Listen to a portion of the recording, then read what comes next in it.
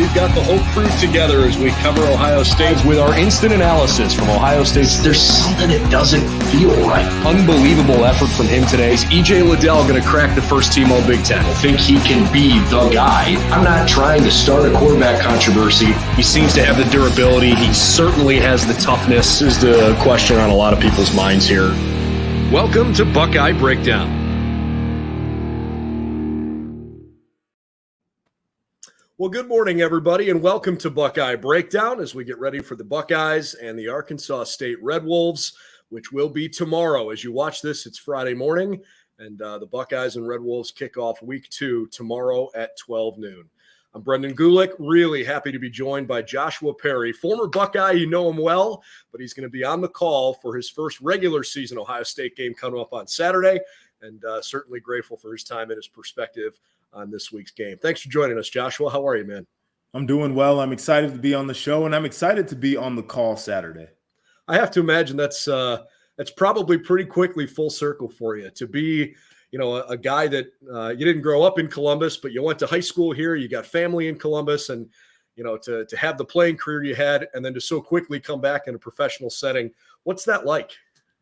It's amazing. It's a dream come true. And I'm fortunate to be able to cover the conference that I played in and schools that I grew up watching, and obviously the school that I grew up cheering for and playing for. That's a blessing, but also being able to highlight and recognize these student athletes, which I think is the most important part of the job, has been an absolute pleasure for me. Getting to know coaches has been great. And it's just fun breaking down football. I tell people all the time, I could be digging ditches for a living. Instead, I get to get up and talk about something I would talk about for free, and somebody pays me to do it. So I'm fortunate. Love that. Love that. We will watch you on Saturday afternoon with Mark Followill, a terrific play-by-play personality out of the Dallas area, and Elise Menaker, who's got a great career she's had. She'll be down on the sidelines. It's a great crew, and we're excited as Buckeye Nation to see that you're a part of that. Why don't we just start from a 10,000-foot view, looking backwards at last week. We'll talk Arkansas State in a second, but you had a chance to finally see what that new defense was going to look like. That was the number 1, 2, and 3 question of the offseason. How can the Buckeyes fix the defense? What were your initial impressions? Well, you flip the game on early on. You have an explosive play to start, and some of the Buckeye fans are, here we go again. And that Ohio State defense tightened up, and a 10-point performance against a team like Notre Dame, who's in the top 10. I think is great. The second half shutout really stands out to me. But when you flip on the game tape and you really start to analyze what this defense was doing, I think it's such a departure from what it looked like the last couple of years. In previous years, it was a very static defense. The looks were very similar. As an offense, there wasn't a lot of pre-snap reads and communication you had to do. Single high safety, you make a determination whether it's man-to-man or 3 deep essentially, and you kind of knew what Ohio State was bringing.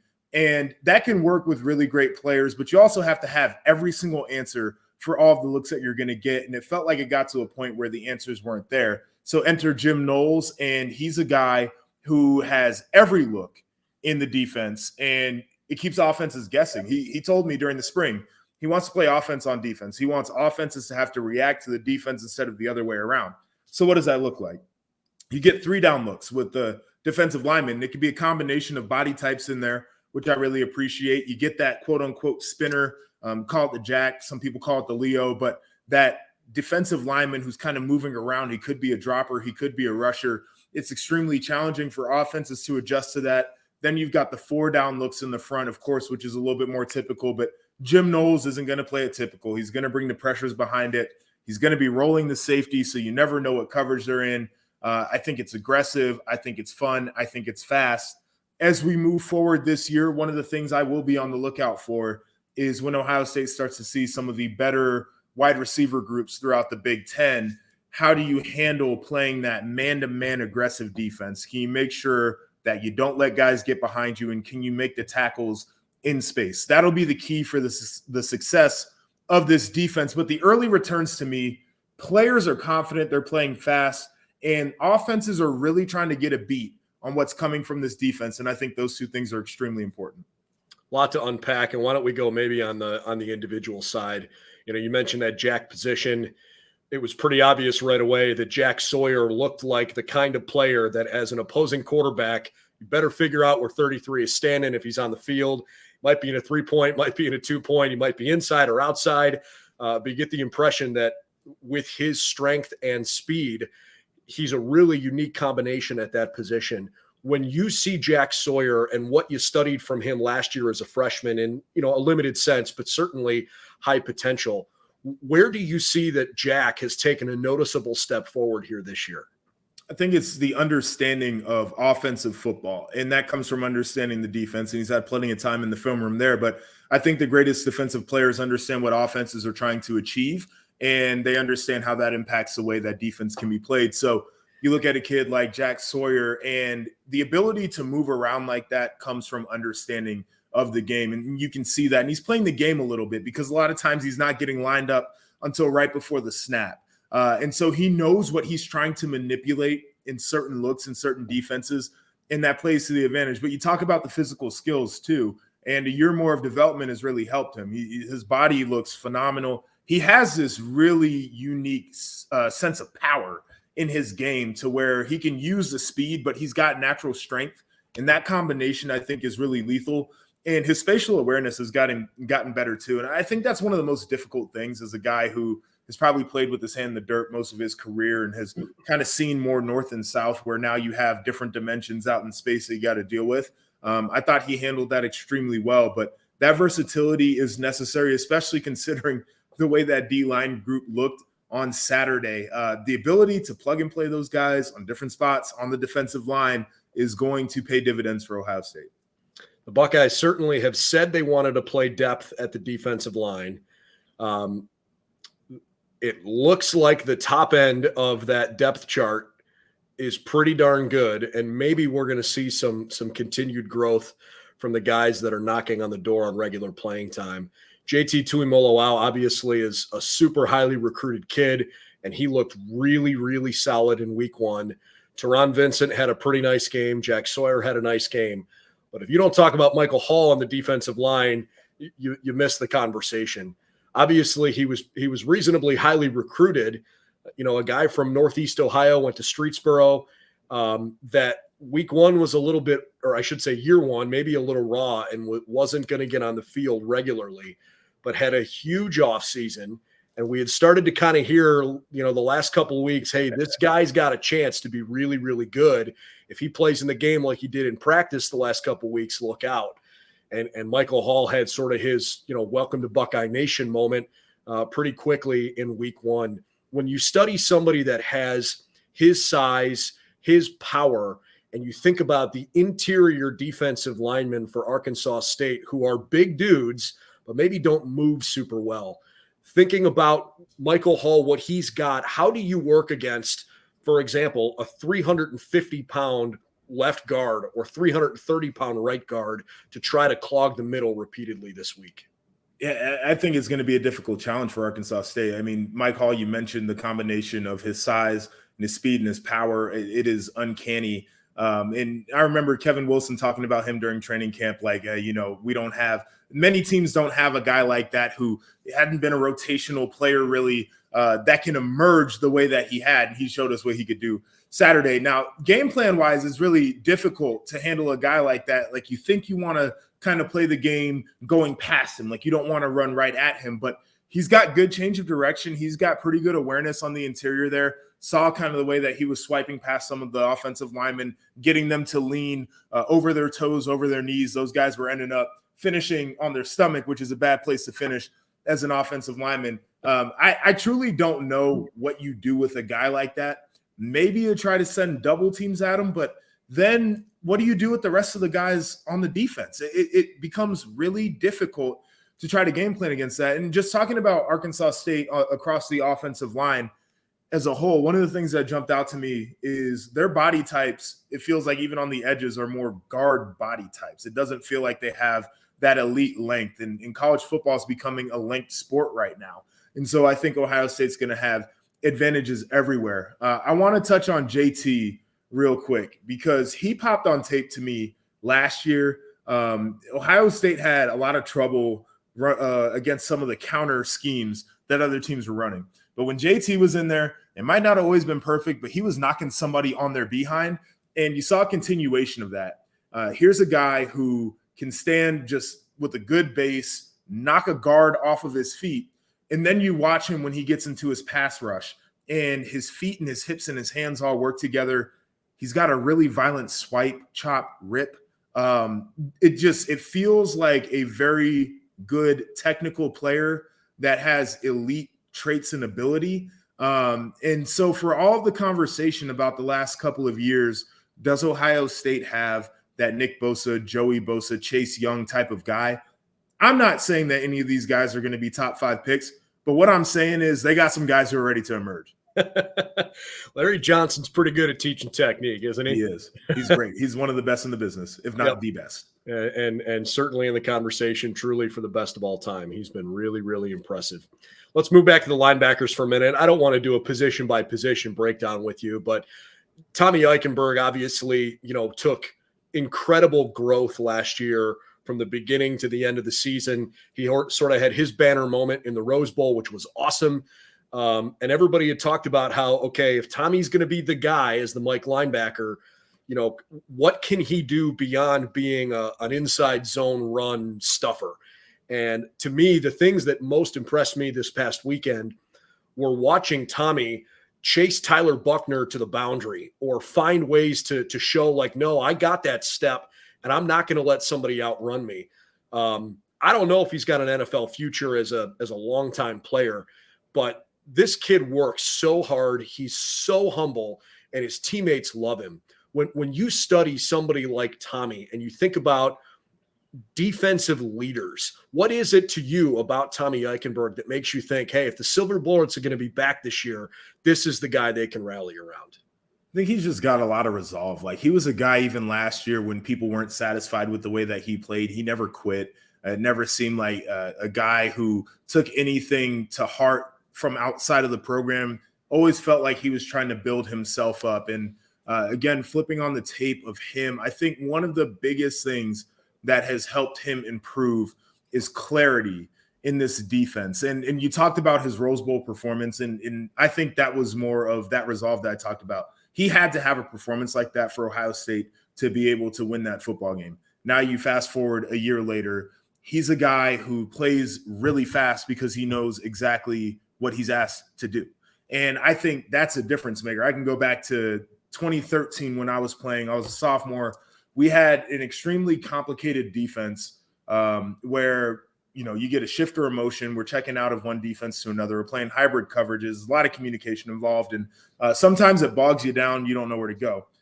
Last year wasn't the fact that they were playing a complicated defense. I think it was the fact that the answers weren't there. And so guys are kind of guessing, and I'm going to be patient until it's time to really go so I know where I'm supposed to be.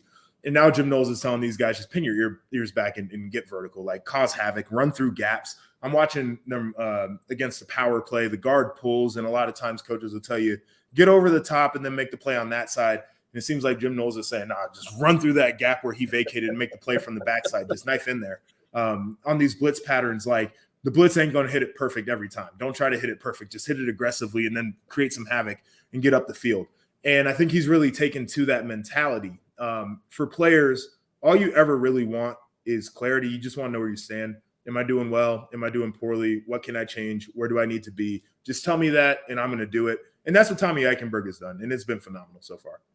Let's go to the offensive side of the ball. I know everybody wants to talk about CJ and Jackson. I want to go running back for a second first, because I think there were a lot of people that watched week one and had last year still in the memory bank and thinking, okay, TreVeyon's got this incredible top-level speed, this burst, this home run ability. Miyan seems to be the guy that can get tough yards. And in a game like last week, I mean, I was reading on message boards and through social media, people were really clamoring for Miyan Williams to get more touches.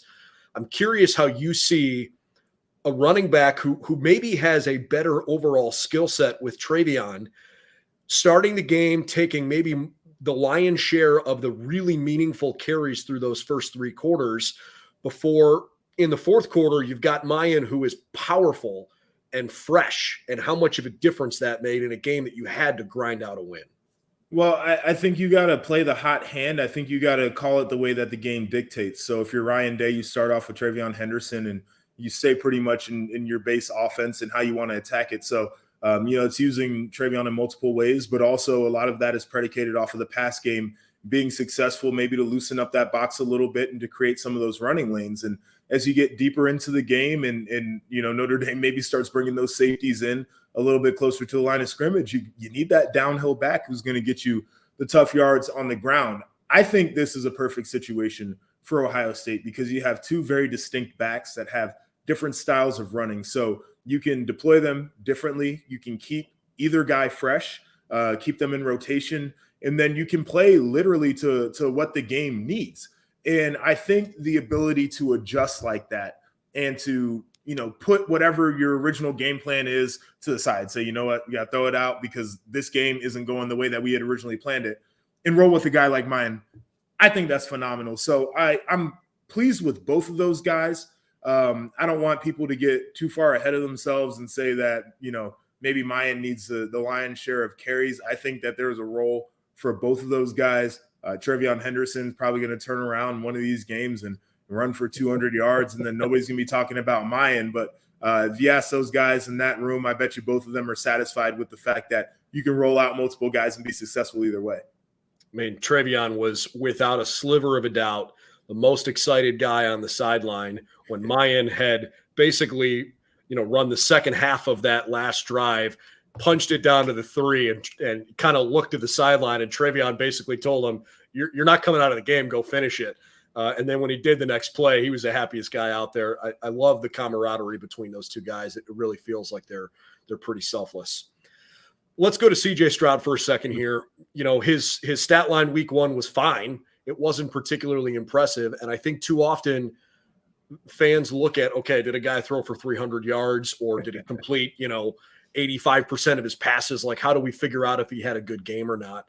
I want to know what you think. As I saw it, CJ had a rather professional looking performance where he didn't lead anybody into a spot where they were going to get smoked. He didn't turn the ball over in critical spots. He made a couple of crazy good throws on the run, and sometimes from the pocket, put it in a tight window. I saw a much more mature quarterback in game 1 this year than we did last year. How did you see his performance last week? I think it's important to echo what you just said. Like, CJ Stroud has set such a high bar for what his performances should look like that, 220 yards or 230 yards or whatever it was looks pedestrian. It's like, that's not that impressive. And it is. Like, we have to acknowledge that you're playing a Notre Dame team with a defensive head coach that is a really good team, highly ranked opponent, great players on the other side. There was going to be resistance. I had talked about this on one of the studio shows for Big Ten Network on the Tuesday leading into that game. I'm like, guys, I want people to understand that there will be resistance. This isn't going out and you're not playing a directional Michigan school. This isn't a MAC school. This is Notre Dame. Things are going to be tough. And so I thought CJ handled that well. I think the biggest thing that he did well to me was he didn't get anxious. He didn't get impatient. He just kept playing the game. You can look at a couple of situations where you see those early season adjustments that need to happen. The wide receivers and the quarterback maybe aren't on the same page, and that's what happens when you got new guys out there playing wide out. Maybe CJ didn't see the field perfectly on a couple of the pressures that were coming. Again, you're not used to seeing heat like that in the first game of the year, and so it takes a little bit of time to get adjusted to that. I'm satisfied with what he did. And I'm confident also that he is unsatisfied in the fact that he knows that he can be a better quarterback down the line.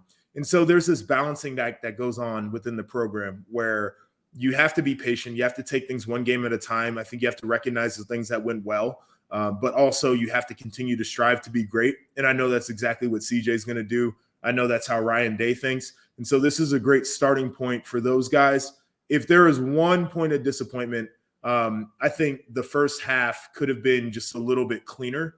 But like I keep saying, when you open up with, Colorado State, like first half's going to look great. When you open up with Notre Dame, first half might look a little bit icky. I like that you picked Colorado State. I don't think that was by accident. Maybe not. Joshua Perry, the terrific analyst for Big Ten Network and other places, by the way, our guest. He's got the call on Saturday afternoon. You can follow our podcast, Buckeye Breakdown, either live on our YouTube channel most mornings or wherever you like to get your favorite podcasts after the fact. One more question about personnel groupings, and then we'll kind of move to some other broader topics. Jackson Smith and Jigba is obviously not 100%. I don't know if he's going to play. You can make an argument that he shouldn't play. You might make an argument if he's healthy that he could be out there for a little while just to try to get some rhythm going. Whatever the case is, the Buckeyes have said, look, we want to take care of his health first and foremost, and he's not going to play if he's not 100% healthy. So let's assume for a moment that maybe he doesn't play this Saturday and the spotlight continues to shine on Emeka Egbuka, Marvin Harrison Jr., and the rest of that room, which now suddenly to a lot of fans includes Xavier Johnson after that big catch, and Jaden Ballard, who saw a lot of time this past weekend. Maybe Julian Fleming is healthy enough to play too. From a chemistry perspective, how difficult, from what you've seen in your playing career, how difficult is it, even though guys might have incredible talent where you see them in practice make that 1 out of 100 catch where they high point a ball over the top of a defender or whatever it is? How long has it typically taken, from your perspective, to watch a quarterback who has a little bit of poise start to bring receivers along that maybe have talent but not the game experience yet?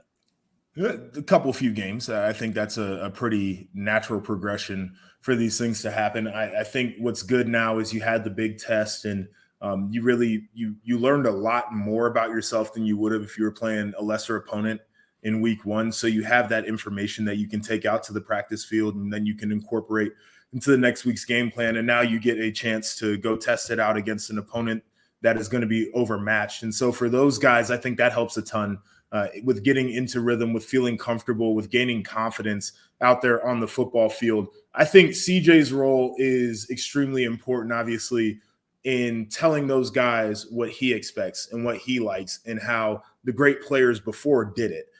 He has that perspective that he can share with the young guys, but I think the young guys also have an opportunity to communicate with their quarterback in things that they feel comfortable with and things that they feel like they need to get better on, and they can all help each other through that process. And so I think as much of it happens on game day, and they need to be on point and to see the looks from different teams and to get comfortable in the stadium and all the different things that come along. Sitting down in the film room is as important. Going out there and working during practice is as important as those things. And quite frankly, I don't really worry about either one of those groups getting right.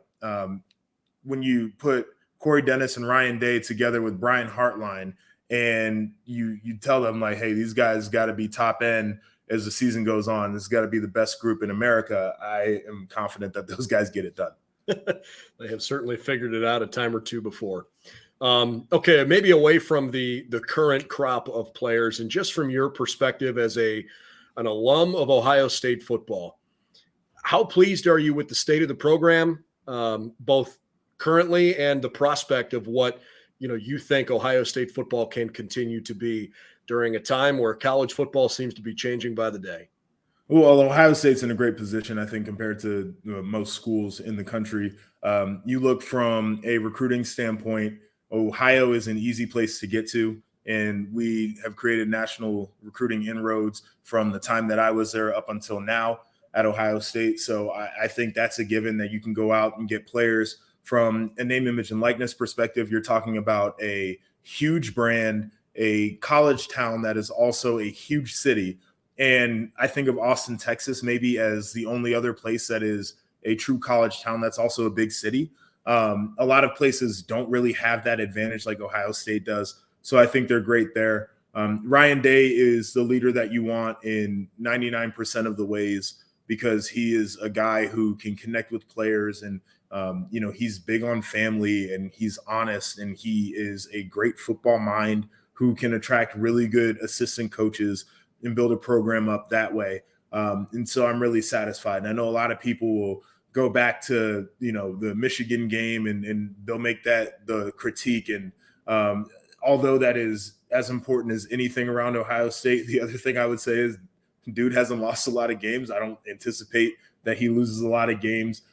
He makes it to the college football playoff like anybody else in the country, and Ohio State should be in position to compete for a national championship again this year. So I love the way that it's been built. I love the way that it's been passed off from coaching staff to coaching staff as well. I think that's important. And I also really love the quality of student athlete that is within the program. And, you want top flight players. Like, you want the guys who are going to be playing on Sundays, and that's certainly important. But you also want guys who represent the brand of the university extremely well, who represent themselves in the community.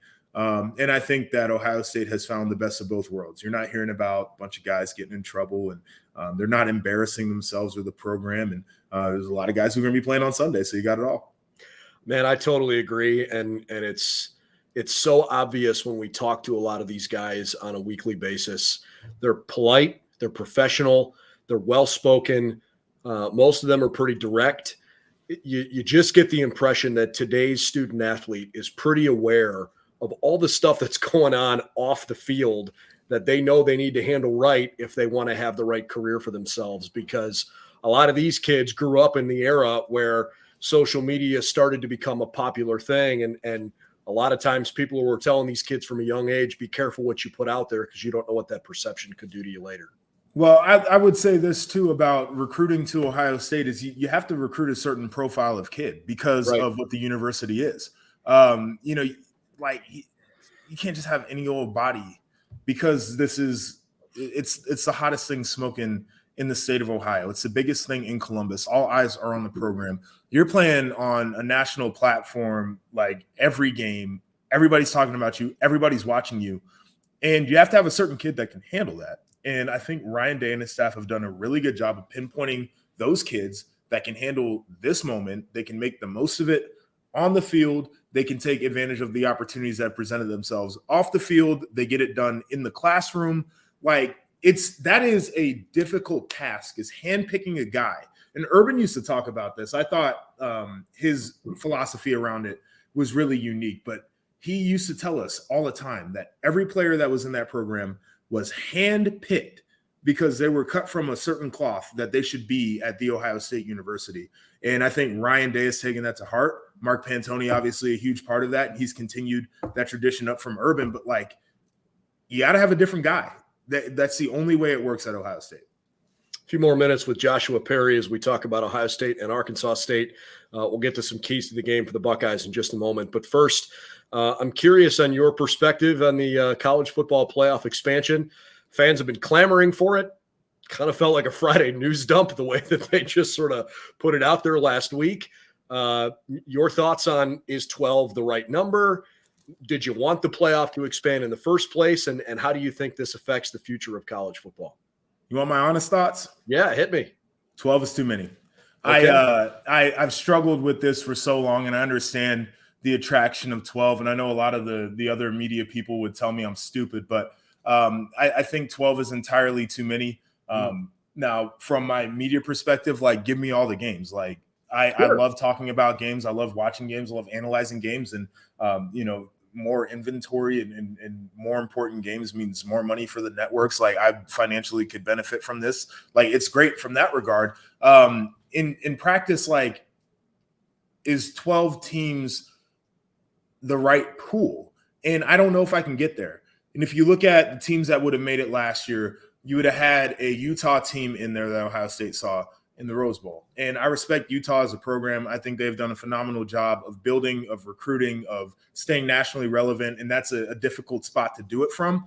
I think they were a 3-loss team heading into the final game or whatever the case is. So you're telling me that a 3-loss team deserves to compete for a national championship the same way that a team that maybe had 0 losses or 1 loss in the Big Ten or the SEC does. I don't know if I can fully get there. You are like, what happens to the schedules? Like, are kids going to be going from the end of one semester? They're not going home over the holiday. Then they're going to be playing games at the beginning of the next semester. And I know basketball does this and other sports, but that it becomes difficult for me to get there from the academic standpoint. I thought 6 would have been a perfect number. You give the top 2 teams a bye. You let the other teams duke it out. like that would have been a really fun setup to me. But to say that 12 teams can actually win a national title in any year, I disagree with. Most years, I don't think there are more than 3 teams. You could talk me into maybe 6 teams being able to actually pull that off in a majority of years. 12, no. And then I heard a take from somebody I respect in this space that I totally agree with or disagree with. But they're like, oh, if we get to celebrate more teams this way and we define success differently for teams. And I don't want to sound like the no participation trophies guy, but like celebrate and define success. Like you lose, you win or you lose in the regular season. Like that's how you define success. And we're at a place with the college football playoff too, mind you, where strength of schedule, which this I think may or may not incentivize people to see. But if you lost 2 games, you're basically out right now. And I feel like that's a pretty good way to define success, like win your games. So I'm happy in many regards to open this up. There are going to be some student athletes that have phenomenal experiences that they wouldn't have had on a championship run and being able to compete for longer. I'm all for it. From a practical standpoint, too many. I am hopeful that it might help make for more parity in the sport, because I think right now there's a level of like the teams that are constantly there and the teams that are trying to get there. I agree. 12 feels too much to me. I would have gone the route of 8 because I like the idea of rewarding a conference champion in every other sport and at every other level, including every other sport of Division I. Winning your conference means you get to play in the postseason. Yeah. I would like to see a setup where the 5 Power 5 champions all get bids to play in the playoffs, even if, now the conferences may end up changing a bit. I like the idea of having one Cinderella team, the Cincinnatis of the world. You get the best group of 5 team, and then the next 2 teams that are clearly, the 2 other best teams in the country. You can get 8 together that way. I could also get on board with 6. I didn't love 12, but I like it better than 4. So the I'm actually fully against automatic qualifiers as well. Really? I like at large. It's hard for me to say that a group of 5 team is more deserving of automatically getting in there than maybe an Ohio State last year or one of these teams in the SEC that you lose your championship game, but you're a phenomenal team. You probably end up getting in one of the at-large, but in many years, you could probably point to an instance where the group of 5 team might be, the 13th best team or whatever, but they're just undefeated. It's difficult for me to get there. I just want all the best teams, regardless of where they come from. Like if the Pac-12 stinks or if the Big 12 stinks, they don't need to be in the show. It does not affect me one way or the other. And it's the same thing. If the Big Ten's down, then they're just down. Like put the best teams in there. I've got a lot of thoughts, a lot of opinions on this college football playoff thing. Before you know it, we're going to be at 24 teams and, everybody's getting in. We're going to take the top 3 from this conference, take the top 3 from that conference. It's just going to be a whole thing. I love your passion about it. And I think it's such a cool debate because a lot of us feel differently about what the right answer is. And hopefully we come to a solution that makes sense, that doesn't get out of control. And we never have to come to a solution, though. That's the biggest thing about it, is if we never come to a solution that makes sense, we never have things. We'll never run out of things to talk about. We'll always have something to argue about. Us. So that's fun. It's good for us. Let's wrap focus back on Ohio State's game this weekend. Look, they're a more than 6 touchdown favorite against Arkansas State, and I certainly don't mean this as disrespectful to Butch Jones and his program as they try to build something in the Sun Belt. They had, I believe I heard that they had the number 1 ranked recruiting class in the conference coming in this year. They've got, transfer kids from some really good programs. Yep. They clearly have some skill position guys that are good. Their defense took a huge step forward in the second half of the year last year. Like they're getting better. But the Buckeyes aren't going to lose the game this weekend to the Red Wolves. So when you think about the kinds of games like this, where you're in Ohio State and you're playing a bye game and you're trying to get stuff accomplished and stay healthy and get in a rhythm. Is there anything that stands out to you that you think the Buckeyes are really trying to accomplish here this weekend? Yeah, I think they want to display maturity. So what that means is you come out professionally, you handle business early on, you get the crowd involved.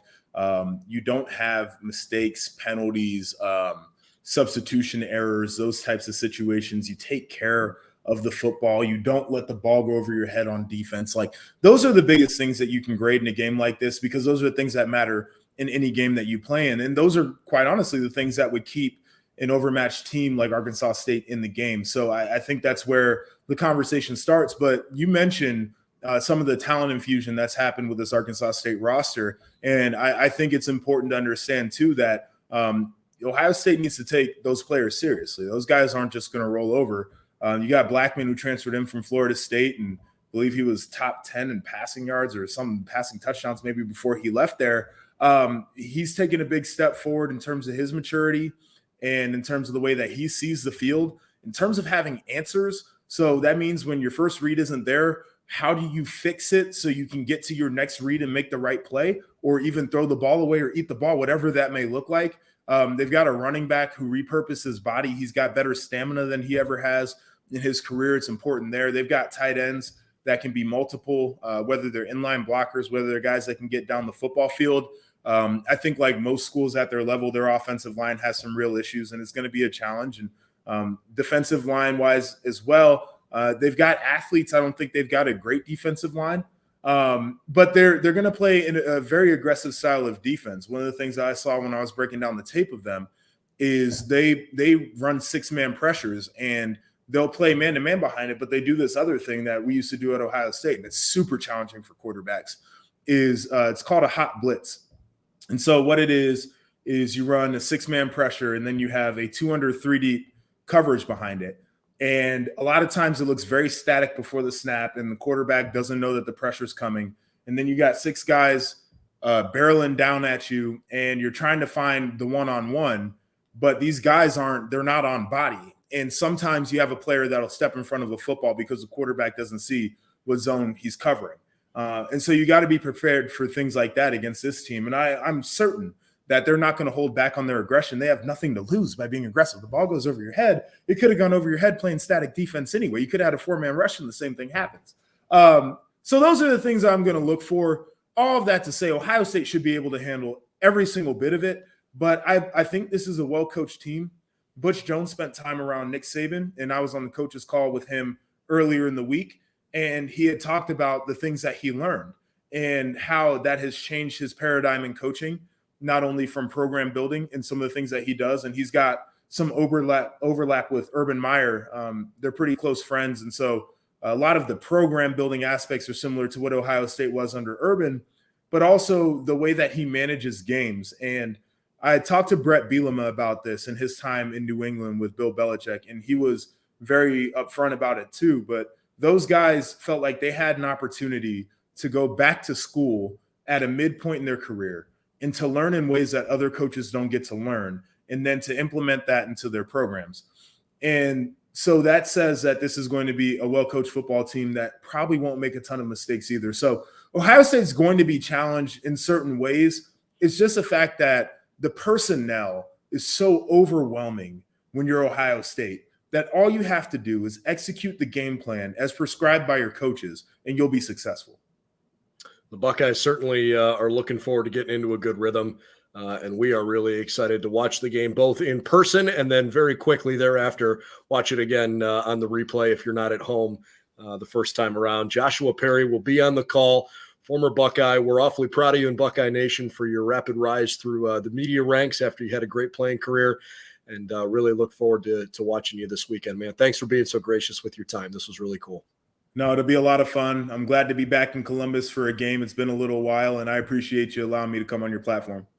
Buckeye Breakdown available on our YouTube channel. We'd love it if you'd subscribe there. You can also find it wherever you get your favorite podcasts. And for all the latest news and information on Ohio State football, head over to buckeyesnow.com. For Joshua Perry, I'm Brendan Gulick. We'll see you on Saturday at the Shoe. Ohio State and Arkansas State kick off week 2, 12 noon in Columbus.